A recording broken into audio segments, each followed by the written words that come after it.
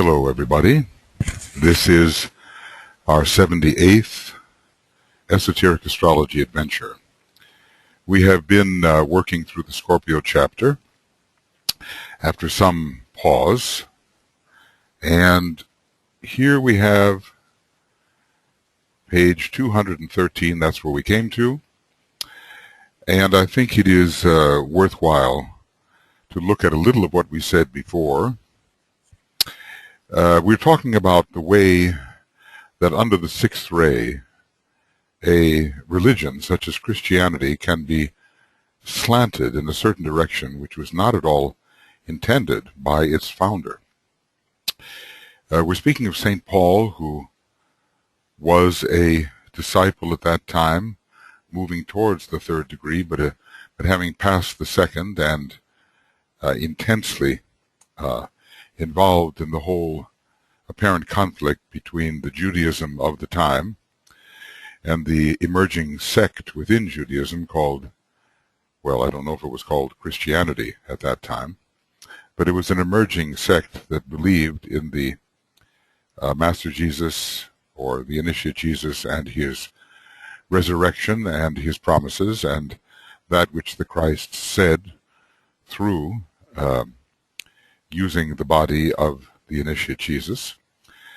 Interesting that Jesus himself had taken not only the second initiation as Joshua, but the third initiation as Joshua the high priest. And so we see that St. Paul at the time was still an initiate of the second degree, though working through the third, and probably it is to be suspected taking the fourth initiation as a representative of the new sect of Christianity. It's interesting to see when those who are our present masters, the ones we work with most closely, when they took the various initiations. Apparently, Master Morya, who may well have been Moses, took the third degree when receiving the law.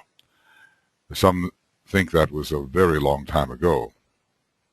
Others place it more in the time of Joshua before the wandering in the wilderness, before the fleeing from the land of Egypt, or not before that, but following that episode of fleeing from the land of Egypt and wandering in the wilderness.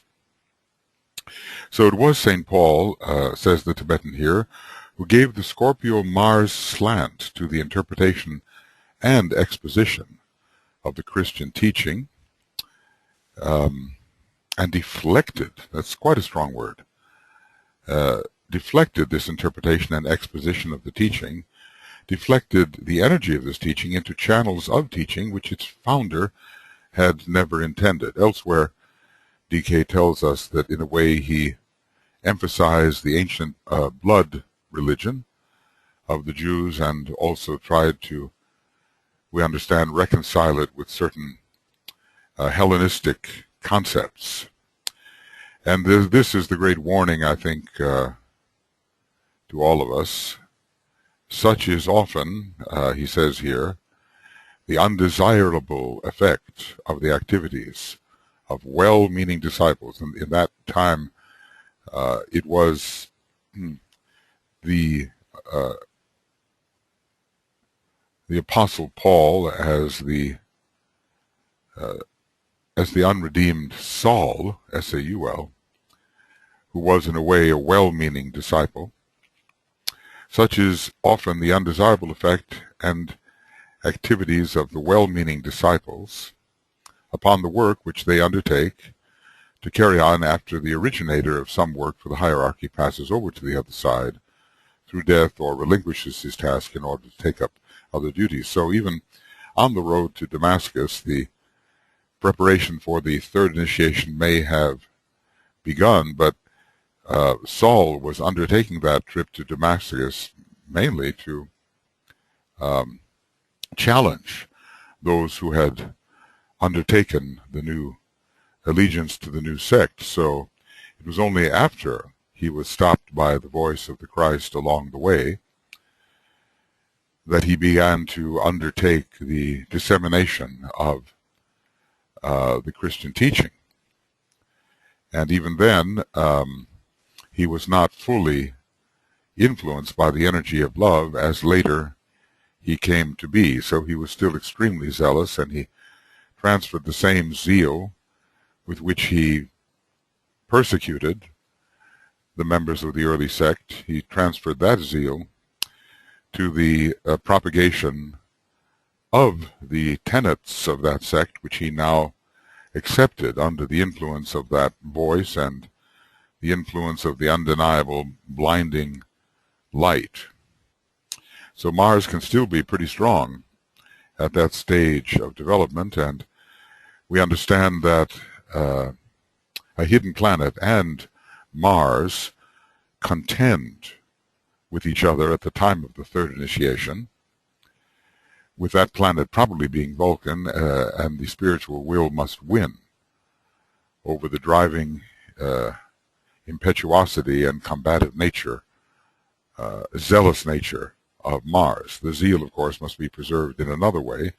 It's not that we can ever relinquish our zeal. Master Morya tells us to apply fiery striving always. And he's speaking, I suppose, to disciples of all kinds. It's just that the zeal is a burning sort of fuel to propagate the life, which is basically directed towards still higher objectives, but under the control of the soul, or the love wisdom energy. So then we came to the end of Esoteric Astrology Adventure EAA 77. I divided it into two parts. It's basically a 2-hour program, A and B. And we're beginning with EAA 78, Section A of that. Each section of that type is about an hour long. I'm in a position here where the internet is slow, and the conversion into a form, a program that all can use rather than just some, takes an inordinately long time. So sometimes I simply go ahead with a program of a number of hours to save the conversion time. And then I rely upon Brett, who is assisting me in all of this, to divide it into programs of smaller duration, shorter duration. So the blood theme and the death theme is very scorpionic. The suffering and the dire testing of the disciple, the value of the individual conflict, and the consciousness of the misery of existence are basically due to the combined influences of Scorpio and of Mars, which have ruled Christianity for so long and which are only now beginning somewhat to lose their influence, and that was 80 years ago. We're reminded that on the fixed cross we experience blinding light, Taurus, fiery pain, Leo, bitter woe, Scorpio. And that fits in with this blood theme and death theme. All of the pain of the required detachments. This is what we do experience. And the individual struggles on. I suppose in some way that's an improvement over the resignation excuse me, to endless reincarnational opportunity as offered in Hinduism and in some forms of Buddhism.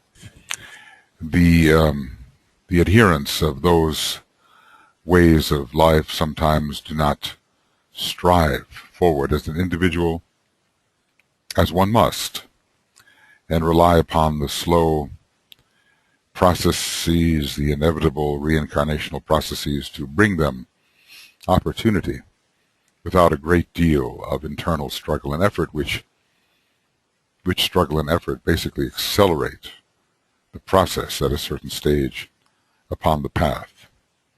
I think so many people are now tired of the of this particular aspect of the Christian theme and are looking for its transition into a more universal religion of love, which really serves the message of the Christ and not so much the message of St. Paul, although St. Paul at this time, as the Master Hilarion, would no longer agree, of course, because of his expanded perception as a master, with the position that he propagated at that time. But thus it is with the masters. They are intense at a certain stage of evolution.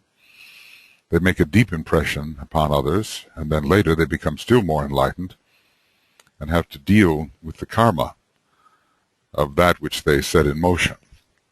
It's they set in motion a certain energy streams which become part of the conditioning of humanity, and then these are karmic factors in a larger sense, not so much the personal karma of things done wrong in an individual way, but they are undertaking the rectification of some of the karma of humanity for which they have been responsible. And we do find the Master Hilarion working closely with the Master Jesus at this time, and some of his work is in the field of religion as he tries to undo much of the blind faith which he seemed to instill in people's consciousnesses and help them understand that religion is an aspect of science as well. The union of science and religion can be achieved. This he tries to do at this time. He has multiple activities. Thus it is with so many of the masters, their areas of interest are not all known to us, but they are not simply one-pointedly interested in only one thing. They have many abilities and multiple interests, so that it's difficult to pigeonhole them and say they work only at this.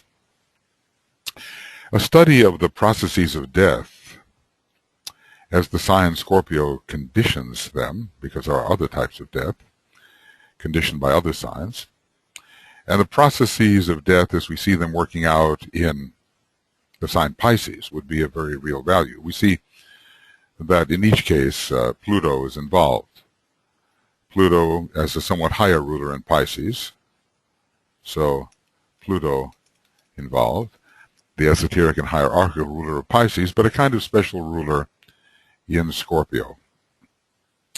DK doesn't really call it orthodox or esoteric, but Pluto is a sub-ruler, the sub-ruler of its own alter ego, Mars. So in a way Mars is to Pluto as Venus is to the Earth. Death through the influences of Pluto and death through the influences of Mars are widely different, and DK is going to perhaps explain this. There are subtler deaths involved, and the enhancement of the penetration of consciousness is promoted very much by Pluto. Mars leads through battle to revelation, but Pluto has this somewhat deeper effect and eliminates many obscurations to consciousness. Pluto, or the planet of death, as DK tells us, never destroys consciousness. When we see Pluto in aspect to Venus, it can mean many things, but the clarification of consciousness through the relinquishment of obscurations to soul perception is one of the things that can be meant.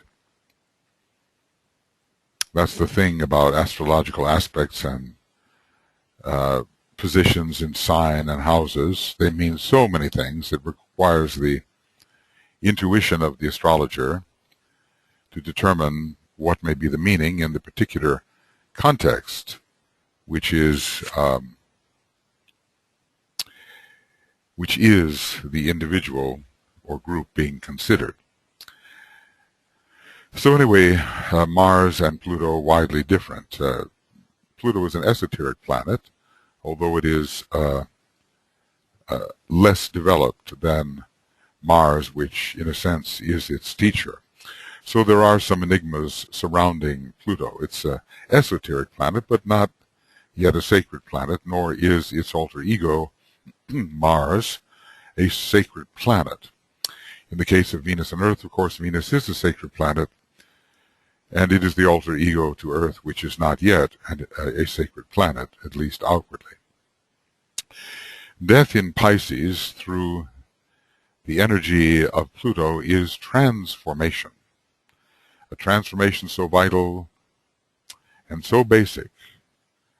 Okay, death in Pisces through the energy of Pluto is a transformation, and thereby, in a way, an enhancement of consciousness. And then DK is going to quote here some of the old commentary. A transformation so basic that and then quote, Ancient One is no longer seen. He sinks to the depth of the ocean of life. He descends into hell, but the gates of hell hold him not. He, the new and living one, and I assume then the transformed one, leaves below that which has held him down throughout the ages, that which has obscured his consciousness, and rises from the depths unto the heights, close to the throne of God. Interesting that we can consider here Aries, Pluto, Shambhala, and that rising is a kind of resurrection connected with Aries, and Shambhala is the throne of God. So this scorpionic experience leads to a resurrection in which Pluto plays a big part. It may be a non-sacred planet, but all planets are gods when compared to what the tiny human god is. They are great gods, and they each can have a very powerful effect upon the human soul and human monad.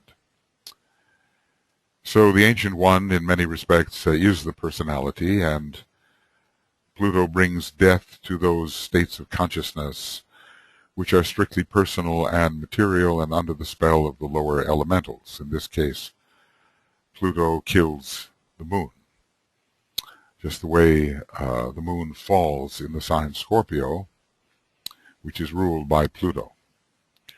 So the Buddhic consciousness eventually obscures all the illusions which have hitherto obscured soul and higher consciousness. He sinks to the depth of the ocean of life, so he goes all the way down to the lowest plane. We're not just speaking of water, we're speaking of matter as water. He descends into hell, which is the lower worlds, not just the hell of the lowest astral plane, but the hell that exists in this frozen external material world. But the gates of hell through which he has passed, by coming into incarnation, hold him not. He returns. Those gates of hell now become the gates of entry into the mysteries. And he is transformed. He has shed his old skin. He has shed the lower vestures and their domination over him, and has now a new life. It's almost the way the poison of the serpent can become an elixir of life. Pluto is related to that process, and so is Scorpio. So he's now the new and living one, and he leaves below all those phases of consciousness which have obscured his higher potentials for consciousness, and rises from the lower three worlds, which are the dense physical vehicle of the solar logos and planetary logos, unto the heights. He rises through the cosmic ethers, close to the throne of God. We don't know how close, but when we undergo the ascension initiation, we sit at the right hand of God. This may be on the monadic plane, or in the case of Christ, a seventh degree initiate on the logoic plane. So this is not simply the slaughter of the form. When we're dealing with slaughter, it is so Martian. And slaughterhouses where in the animal form is brutally separated from the animal consciousness are ruled far more by Mars than by Pluto. The blood is flowing there, the red blood, and it's a symbol of the sacrifice of the animal nature. It also is coming to an end. DK talks about the cruel meat-eating groups of the last 500 years. They are barbaric in that sense, and there are many among us today. Although Alice Bailey said it's better to eat beefsteak with a pure heart than to be well, I'll just paraphrase, a gossiping vegetarian. So the slaughter upon the battlefield of life, the slaughter in the slaughterhouses, is a Martian process rather than a transformational Plutonian process. The veils are shed. The veils are penetrated by Pluto. This is not so much the case with Mars, but the battles, the pre-revelatory battles of Mars do wear away the veils so that revelation can come, the types of revelation we spoke of earlier.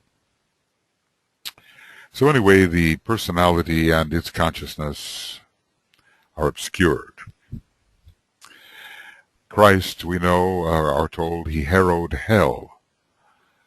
The story goes that after his crucifixion, of course it was technically the Master Jesus who was crucified, the Christ went into the hell worlds, I suppose, of the astral plane, and brought forth those who could respond to his message. But the Tibetan has assured us that our own lower world that we habitually live in is a far greater hell in its truest sense.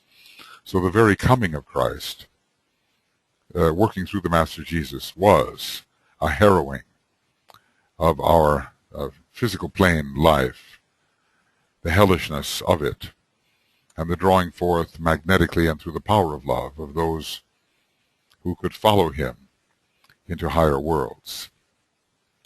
So anyway, the old commentary that we've just discussed, the connection of these words with Christ, the present world Savior, as there are many, many to come as well, is obvious in their implications.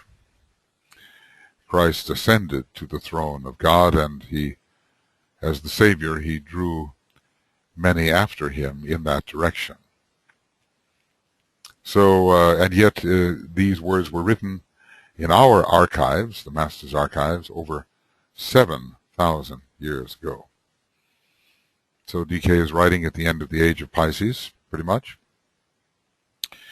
And we might consider that 7,000 years would bring him into the age of Aries, into the age of Taurus, and either at the beginning of the age of Taurus or the end of the age of Gemini. It would seem, if we look at ages as approximately 2,160 years, or actually still more, approximately 2,500 years ago, we may be beginning the age of Taurus or ending the age of Gemini. These are the shorter precessional ages, not the long ones of some 25,000 years. It would seem that during the age of Gemini, much of importance to the hierarchy would be written, as Mercury and Gemini are both signs of written communication and placed in the archives. We don't know what culture, in which culture this may have occurred. It's worth pondering. I think that what we find in the ancient archives has come from many different ages. DK talks about writings that are Atlantean in their origin, that are older than Sanskrit, even older than the language Sensar. Probably in this archive are contents that may have even been contributed during the Lemurian root race. So one day these things will be made clear to us. Right now our task is to utilize what is presented to us in the best possible manner to achieve our own freedom and the freedom of all those we can influence. Death in Scorpio is of a different nature and is also described in the same ancient writing in the following words. So we've just been dealing with death in Pisces. It involves the later initiations in a way, release from the human kingdom altogether. It is the death through which a world savior passes. It reminds us of the idea that the final incarnation for some few, acting very much on the will aspect, is taken in Pisces. There's a lot of finality and climax in what we have read above here, as Pisces seems to give way to Aries, where the Ancient One sits upon his throne on the very highest plane, the Logoric plane. Now he talks about the death in Scorpio. The Ancient One dies by drowning. I suppose he is surrounded. Well, let me read it first, and then we'll analyze it. Excuse me. The Ancient One dies by drowning. Such is the test. There's that word. The waters envelop him, and there is no escape. He drowns. The fires of passion are then quenched. The life of desire ceases its appeal, and to the bottom of the lake he now descends. It's not an ocean anymore, is it? Later he reascends to earth, where the white horse waits his coming. And this he mounts, proceeding towards the second death, that is, towards Pisces. So there is the death of the personality here, or at least the death of the emotional vehicle and its desire body, and a preparation for the more ultimate death, which leads to the release from the fourth kingdom of nature already. We're not there yet when we're talking about Scorpio, which is ruling the first three initiations and the second one particularly. So the Ancient One is submerged in the waters of the astral plane, and all of the ancient emotional impulses surround him. He's completely engulfed. He drowns. But the fires of passion for lesser things are quenched, and he is purified of his desire for that which holds him to the earth. Mars and the fire of passion in Aries is a different type of burning. And even Mars, as it operates for the average individual in the sign Scorpio, where desire can become incredibly insistent, is also different from the state that is here described. So the usual passions are quenched by this experience, this emotional experience, this submergence in all of the promptings of the astral plane, which are seen then as wanting. And he realizes that these very desires have been holding him to the lowest worlds. So they are seen as no longer appealing. He dies to them. This is what it means to have the death of the desire nature at the second initiation. I think it's pretty much the second initiation that we're dealing with specifically, but we can apply it across the board, really, to all three initiations. The life of ordinary desire ceases its appeal, and to the bottom of the lake, I suppose, the astral body, he now descends, finding all kinds of things there which have to be dealt with, which have to be raised up and expiated, transformed. The Scorpio individual discovers the depths of evil within his own nature, and no stone is left unturned when passing through this, well, let's call it in general, a psychoanalytic process. The contents of the psyche are seen, analyzed, lifted up, and expiated. So he goes through dealing with his emotional life and tends to reorient his desire nature, because he no longer wants what is presented to him. The sense of values, his sense of values has been altered. He realizes that he is drowning, that he's in hell, that there is a higher and better life. Later he reascends to earth. Interestingly, Sagittarius, the sign of the white horse, is ruled esoterically by the earth. So after passing through this psychological, internal, subtle body crisis, he can again become effective upon the physical plane and no longer preoccupied with all that emotional drowning implies. It's a huge test to be surrounded by the errant desires of the ages, which have been concealed during the ages, so that one doesn't even know that this aspect of the Hydra really is lurking. When revealed, one has a tremendous battle. And that's why the second initiation is so very difficult to pass. The astral body is so very strong and unified. The only one of the human being's lower bodies that actually is unified. There's a split upon the physical plane, physical etheric. There's a split upon the mental plane, lower mind, higher mind. So the white horse is awaiting his coming, especially following the second initiation, and this he mounts, proceeding towards the second death. And I'm reminded here of what is said about the relation of Sagittarius to Pisces. Let's see. Sagittarius, and it says here, Sagittarius the disciple becomes the savior in Pisces. So there's an orientation in these two Jupiterian signs. The orientation of Sagittarius towards Pisces, just as it says here in the old commentary.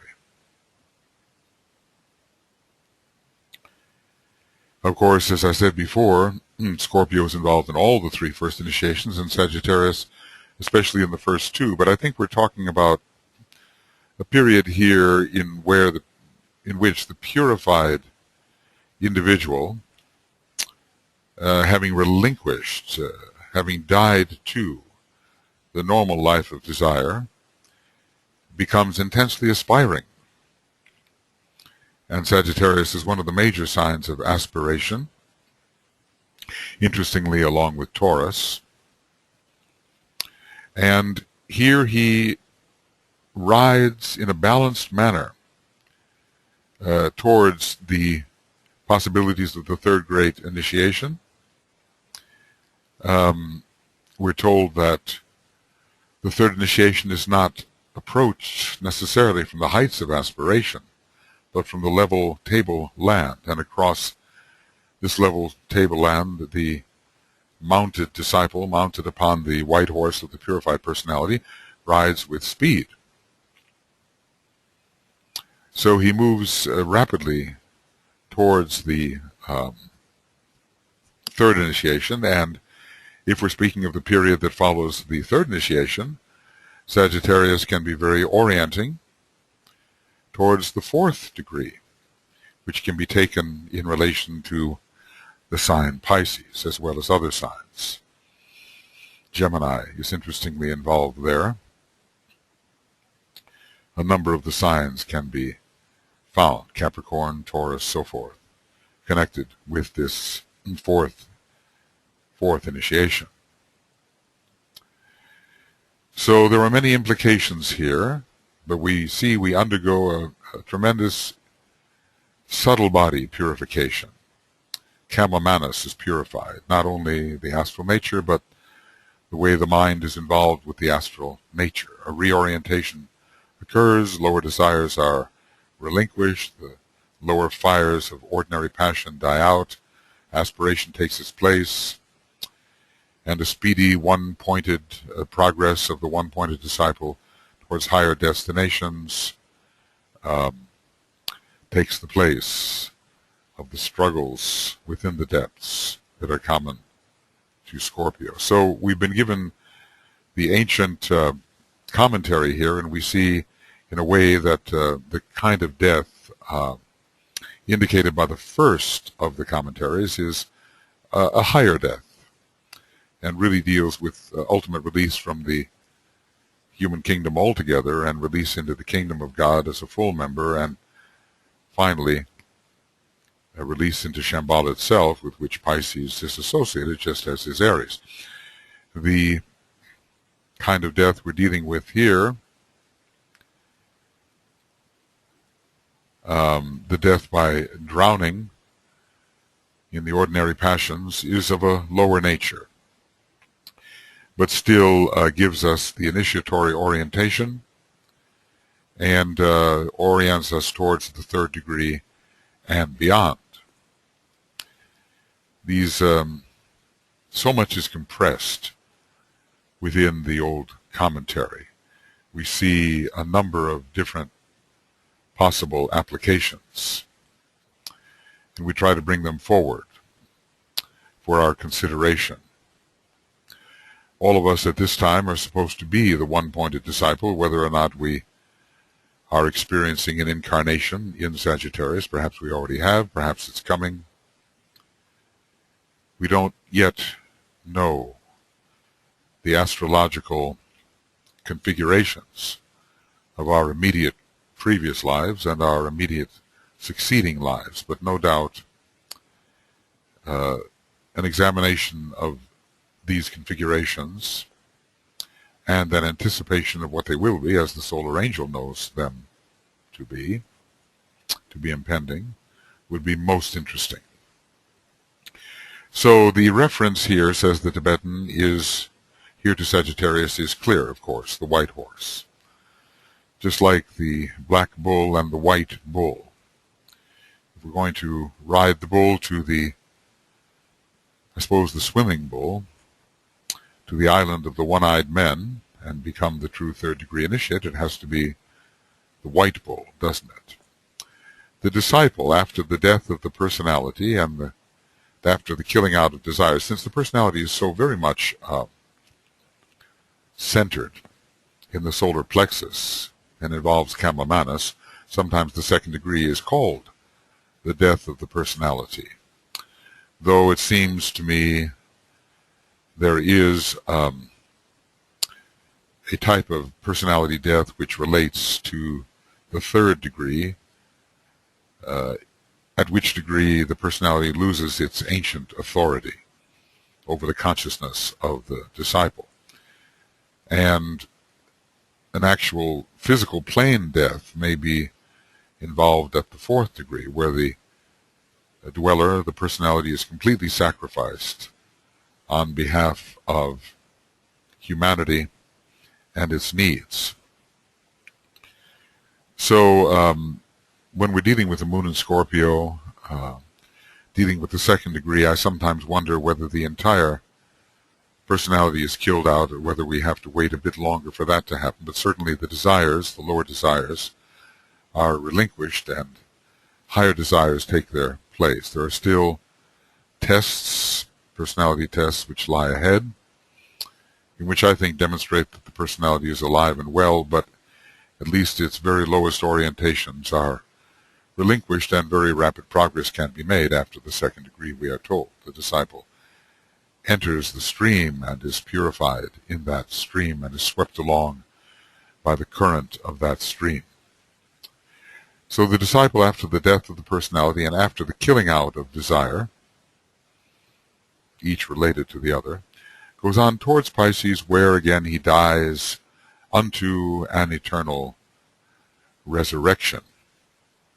A resurrection into the true life of the realization of eternity, which is soul perception and triadal perception. And he is no longer condemned to the limitations of personality consciousness, which obscure the eternal nature of life and make us believe in our own death because the personality is dying. In Scorpio, there is the death of the personality with its longings, desires, ambition, and pride. So some emotional factors are included here, but also mental factors and factors arising from the mixing, the karma-manasic mixing of mind and desire, ambition and pride. Although ambition, or the love of power, is relegated to the emotional heads of the Hydra and pride to the mental heads. So the different aspects of the personality, we have to die to them if there is to be the death of the personality altogether. And I would say it's far more complete at the third degree than it is at the second, though maybe the greatest of the battles occurs at the second degree because the astral body is generically so strong. In Scorpio, there is the death of the personality with its longings, desires, ambition, and pride. We learn a true humility. Hercules does kneel, does he not? And Capricorn is connected with the kneeling process as well. The great pilgrimage undertaken upon one's knees without being able to locomote, definitely limiting one's speed in a deliberate manner, handicapping oneself in a way, or the handicap seems to refer to the arms and the hands, but cutting off at the knees is also a kind of handicap, isn't it? In Scorpio, there is the death of the personality with its longings, desires, ambition, and pride. In Pisces, there is the death of all attachments and the liberation of the soul for service upon a universal scale. And that cannot be this scale cannot be achieved until the fourth, and even better, the fifth degree. The fourth degree is often taken in Aquarius, can be taken in Pisces too. Aquarius is the sign of universality, universal love. So we're not just speaking of service to our immediate environment and those who are near us, but we're speaking as well of service on a grander scale to humanity and to the planet, and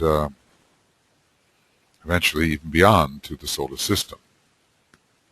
Two types of death. I think that's one is in a way the death of the personality in Scorpio, but the ancient one, interestingly enough, can also be considered the consciousness within the causal body, ancient indeed, having been our place of retreat for millions upon millions of years. And that ancient one eventually dies. Consciousness limited by the causal body dies and is released into the realms of universality, which for our purposes, as humanity can appreciate universality, those realms are the cosmic ethers. He goes on to say that Christ in Pisces exemplified the substitution of love for attachment. And of course, the Buddha also relinquished attachment and substituted for it a great and profound wisdom, not devoid of love at all, but the greater emphasis for the Christ was upon the love energy per se, the love side of the love wisdom energy. So Christ in Pisces exemplified the substitution of love for attachment. And it's such an interesting thing that the release of the radiation of true love does overcome attachment. So often we, the personality, in our personality identification, attempt to pry ourselves loose from our attachments, but we are then working strictly on the personality level with far less opportunity for success, likelihood of success. When we change our identification to a soul identification and can actually be love, then our attachments fall more naturally away. So, the substitution of love for attachment, I think we have to pass through the sixth ray phase as it is transformed into the second ray phase in order to understand this substitution. Christianity, here under the sixth ray as he's discussing, exemplifies the death of the personality with individual and not universal implications. So we first have to learn to abide the death of that with which we have identified for so many millions of years before we can be released into a more universal state of consciousness and effectiveness. And this is quite a statement here. You know, it is said to the sixth ray type in the sixth ray integration formula, love more your fellow men, run not so straight. You know, the path you are on leads to the outer circle of the will of God. The line goes forward to the outer rim.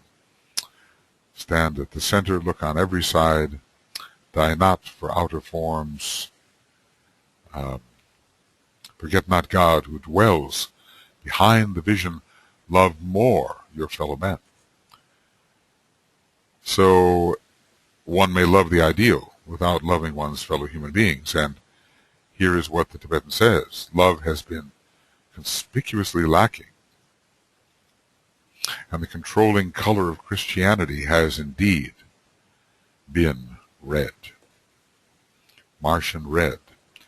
Not something that we're used to thinking about, perhaps at Easter time or Christmas time when the love energy is flooding the consciousness of the worshippers. But if we look at this with historical accuracy, then I think we will have to agree with the Tibetan, and there is a karmic price to pay. Some of it has been paid. There is a karmic price to pay for wielding this devoted, idealistic energy in a cruel manner under the red of Mars. It is not Christ's expression, but the Scorpio Mars presentation of St. Paul. And DK really draws a line here, doesn't he? Later, St. Paul came into a tremendous realization of Buddhic love, and even now he is working with the Buddhic energy, we are told. With the revelation of that energy, interesting for a fifth-ray Chohan. You know, our limited conceptions of the rays and their interactions cannot fully reveal to us what a master on any of these rays may do. But it's been my theory that Paul, or Saul, was a sixth-ray soul who made his transition into a second-ray soul and then received this revelation of love. Is it in the 13th chapter of Corinthians, which stands out among all discussions of love as the most profound revelation of the nature of love. But the damage had been done in a way, and his zeal is what impressed Christianity to a great measure, and his later expression of the great value of love has been somewhat de-emphasized, except by those who really can understand the nature of the transition through which he passed. So it is not Christ's expression, but the Scorpio Mars presentation of St. Paul. Mars has ruled Christianity because St. Paul misinterpreted the esoteric significances of the New Testament message. And he misinterpreted because the truth, like all truths as they reach humanity, had to pass through the filter of his personality, mind, and brain, which was highly conditioned by Judaism and by Jewish theology, and therefore by a method of thinking which was prevalent in the previous solar system, and which was conditioned by the third aspect. So in many ways, St. Paul complicated the message of the founder of Christianity. Misinterpretation. This means the lower mind. Well, let's just say St. Paul was subject to illusion. He had not yet taken the third degree.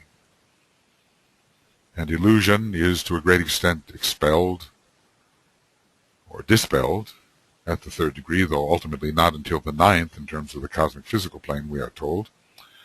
But as far as the usual illusions in which humanity labors, it is dispelled at the third degree, and he had not yet taken that degree when the damage was being done, the skewing, the misdirecting, the misinterpreting.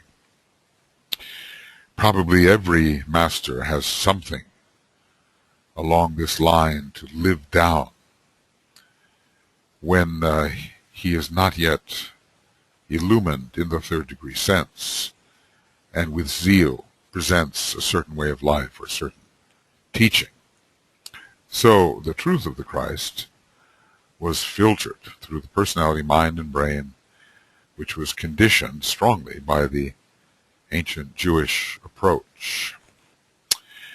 It was then unavoidably given a personal slant and twist, because after all, St. Paul was passing through great struggles as a Scorpion type.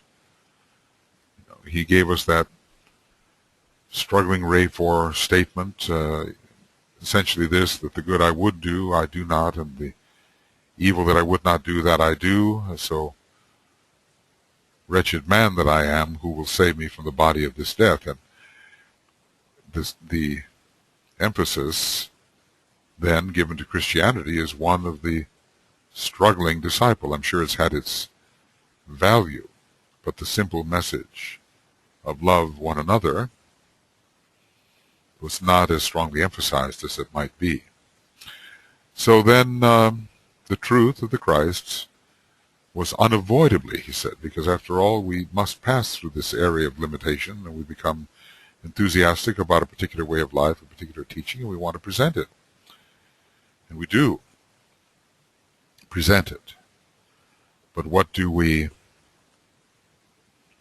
damage do we do in the presentation due to our own illusions, our still undispelled glamours, our undissipated glamours, our limitations of consciousness?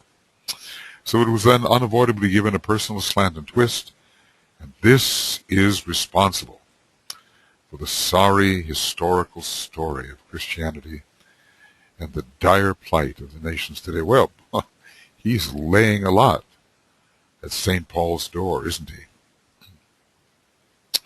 And I imagine that the Master Jesus, as a warrior, as Joshua, as a conqueror of the land, the promised land, which perhaps was not promised at all, the promised land being more Shambhala than a piece of territory. Perhaps the Master Jesus, as Joshua, skewed certain world events in a direction that they need not have taken. So I think all of us have to be very, very cautious when we are affected by great enthusiasm and zeal under the sixth ray,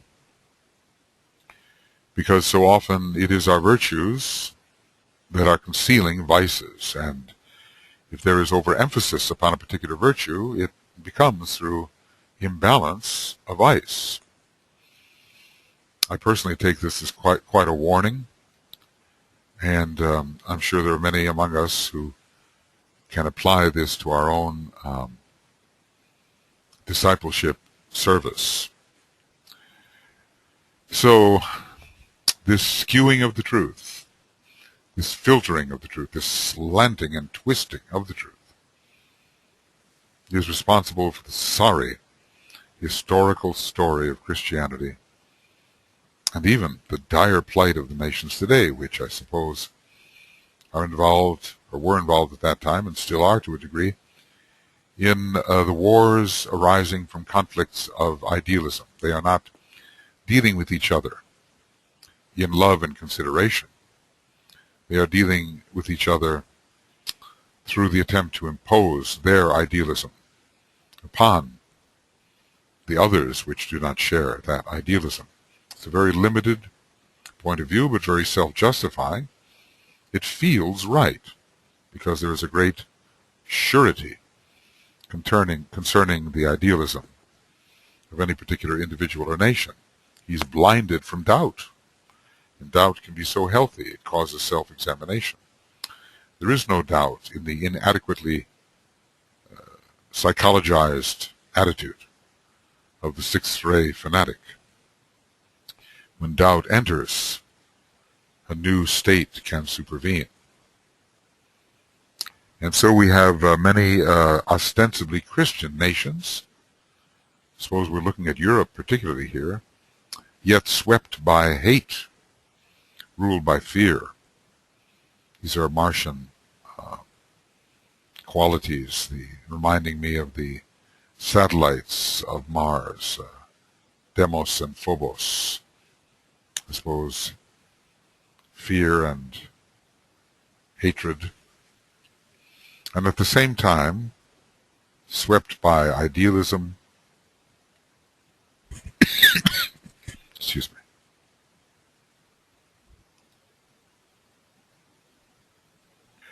So Christian nations involved in the Great War from 1914 to 1945, this being written in the 30s. Christian nations like Germany, France, England, swept by hate, ruled by fear, and at the same time by idealism, governed by a fanatical adherence to their national destiny as they interpret it, which is really lower egoism on a national scale, isn't it?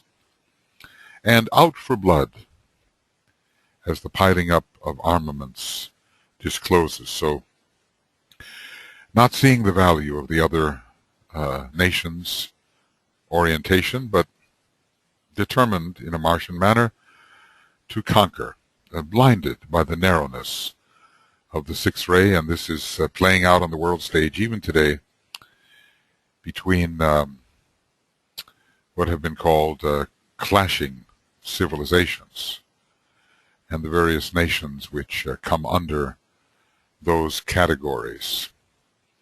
This involves as well religion and nationalism today, and has to be solved at last during the next 100 years, and hopefully much sooner. The sixth ray will be fading out, we are told, altogether by the early, 20th 22nd century, I suppose, 21 something, 2125, 2130. And the Pisces energy will have completely lifted and faded at the end of this, our present century. So this attitude, which is so dangerous in a nuclear age, this kind of intersection of sixth-ray Piscean fanaticism with the early development of atomic energy under Aquarius, presents some very dire possibilities to humanity, and we have to hope that somehow our better angels, as it were, can see us through this with the help of the hierarchy. We cannot have the Martian religious war about which DK warned, not specifying who the combatants would be, but now it is pretty clear who the combatants would be, and this some 60 years after he wrote about these dire possibilities. So blood, Mars, the spilling of blood, the attitude of conquest dictated by a narrow idealism which does not honor or see value in the other person or nation's point of view. These are sixth-ray characteristics. Well, this is the end. Yes. This is the end of the first part of 78. So this is EAA 78. And it's the A part of it. And it's page something. Let's see. Whoop. Okay. Page 215, I suppose. I'm dividing it this way as it probably makes it a little easier to put it on YouTube.